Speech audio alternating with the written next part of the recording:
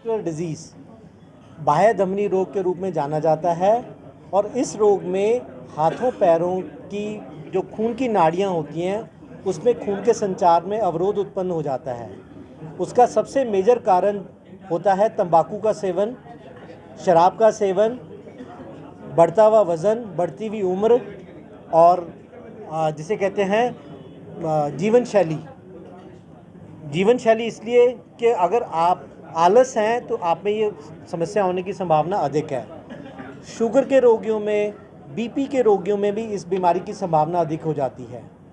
तो अगर आप में से ये पूछेंगे कि इसके बचाव में क्या किया जा सके, तो मैं लोगों से अनुरोध करना चाहता हूँ कि अगर आप किसी भी रूप में तंबाकू का सेवन करते हैं तो उस सेवन का प्रयोग बंद कर दें। शराब का सेवन करते हैं तो उसका भी उपयोग बंद कर दें।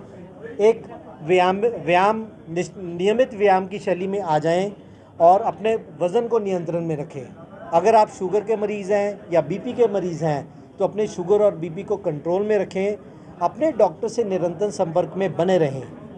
इस बीमारी के लक्षण के संदर्भ में सिर्फ इतना कहना चाहूँगा, कोई भी व्यक्ति विशेष जिसकी टांगों में सूजन आ रही हो, टांगों में दर्द हो रहा हो, टांगों में थकावट हो रही हो, मोटी मोटी नसों जैसे गुच्छे दिखाई देने लगे हों, तो ऐसे किसी भी लक्षण को आप नज़रअंदाज ना करें। अपने चिकित्सक से या वैस्कुलर सर्जन से संपर्क करके तुरंत अपनी बीमारी का एक डायग्नोसिस बनाएं और उसका क्यों आज की तारीख में हमने एक पश्चिम जीवन शैली का अपना लिया है। हमारे सबके किचन हो गए स्टैंडिंग। आप खुद सोच के देखिए कि हमारी नानी दादी माता जी लोगों को कभी ये वेरिकोज वेन नहीं हुआ था, क्योंकि किचन हमारे बैठने वाले थे। और औरतें क्या करती थी, गर्भावस्था के समय भी काम करती थी। आखिरी दिन तक वो गर्भावस्था में काम करती थी। डिलीवरी होने के 2 दिन के बाद फिर वापस रसोई घर में या घर के कामों में आ जाती थी। मीन्स एक्टिव रहती थी और बैठ के काम करती थी किचन के। आज की तारीख में क्या है कि ज्यादातर स्त्रियां 90% डॉक्टर सलाह देती है आराम करो।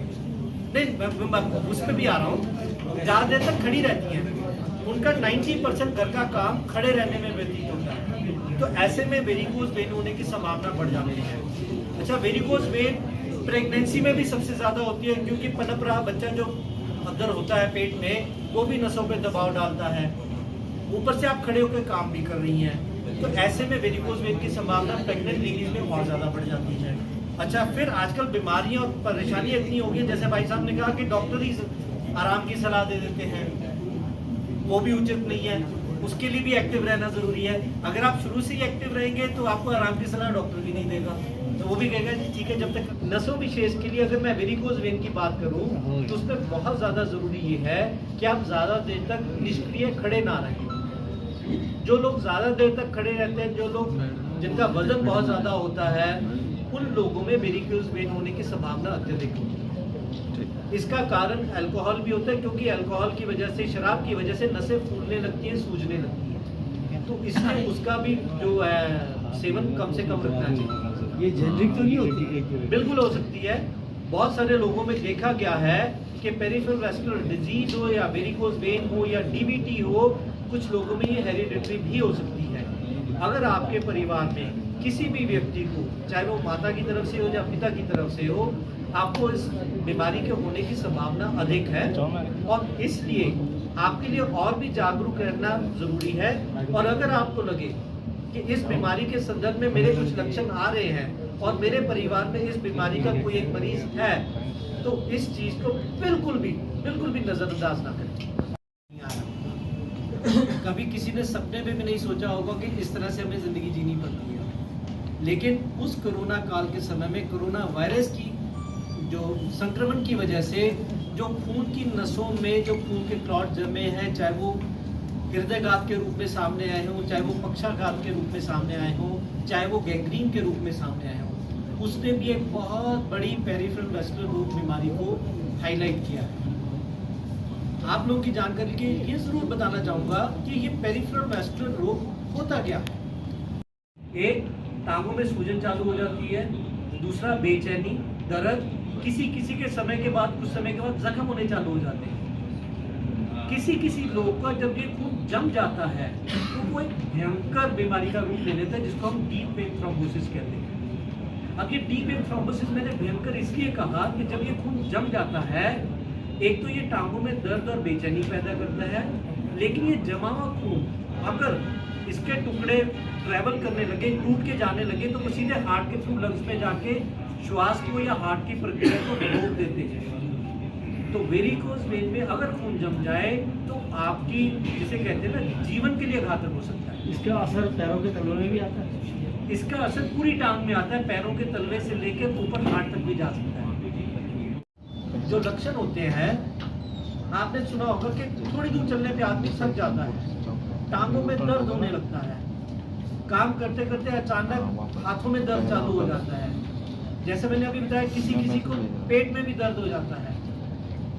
खासकर पेट से ज्यादा, हाथों से ज्यादा अगर मैं टांगों के विवरण में बात करूं, ये सबसे पहले आने वाली, जिसे कहते हैं ना, लक्षण होते हैं। क्यों? क्योंकि हमारा रोज का चलना फिरना रहता है। मैं 100 कदम 200 कदम चल के थक रहा हूँ, ये एक पहला लक्षण हो सकता है। आप इसको इस तरह से नजरअंदाज हो सकता है। क्यों? खून की संचार की कमी होगी है, या तो शुद्ध खून नहीं पहुंच रहा या विशुद्ध खून वापस समय पे नहीं जा रहा। वेरिकोज वेन या क्रॉनिक वीनस इंसफिशिएंसी या डीवीटी की अगर मैं बात करूं, ये कुछ अंग्रेजी नाम है बीमारियों के। इसमें क्या होता है कि खून का अवरोध पैदा हो जाता है और जख्म को, किसी भी जख्म को, कहीं पे भी कुछ भी घाव को भरने के लिए खून की आवश्यकता होती है। अगर वही नहीं मिलेगा तो घाव नहीं भरेगा। इस इलाज तो हर कोई करा सकता है। आज की तारीख में सक्षम है, सरकार ने आयुष्मान योजना भी चला रखी है, बहुत कुछ कर रखा है। लेकिन ये बड़ा एप्ट सवाल है कि इसके बचा कैसे जाएंगे, बचाव कैसे किया।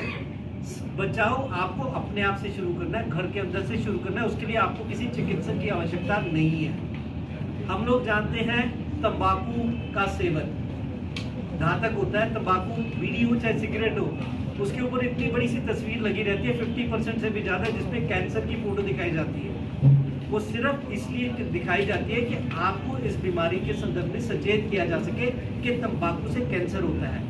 लेकिन तंबाकू से नसों का रोग भी होता है, ये कहीं नहीं बताया जाता। तो मैं आप भाई लोगों के माध्यम से ये प्रचार करना चाहता हूँ, ये लोगों को बताना चाहता हूँ कि तंबाकू का सेवन, चाहे वो बीड़ी है, चाहे वो सिगरेट है, चाहे वो हुक्का है, चाहे वो गुटखा, खैनी, जर्दा है, कुछ भी हो, किसी भी रूप में तंबाकू के सेवन से बचें। ये रही पहली अपनी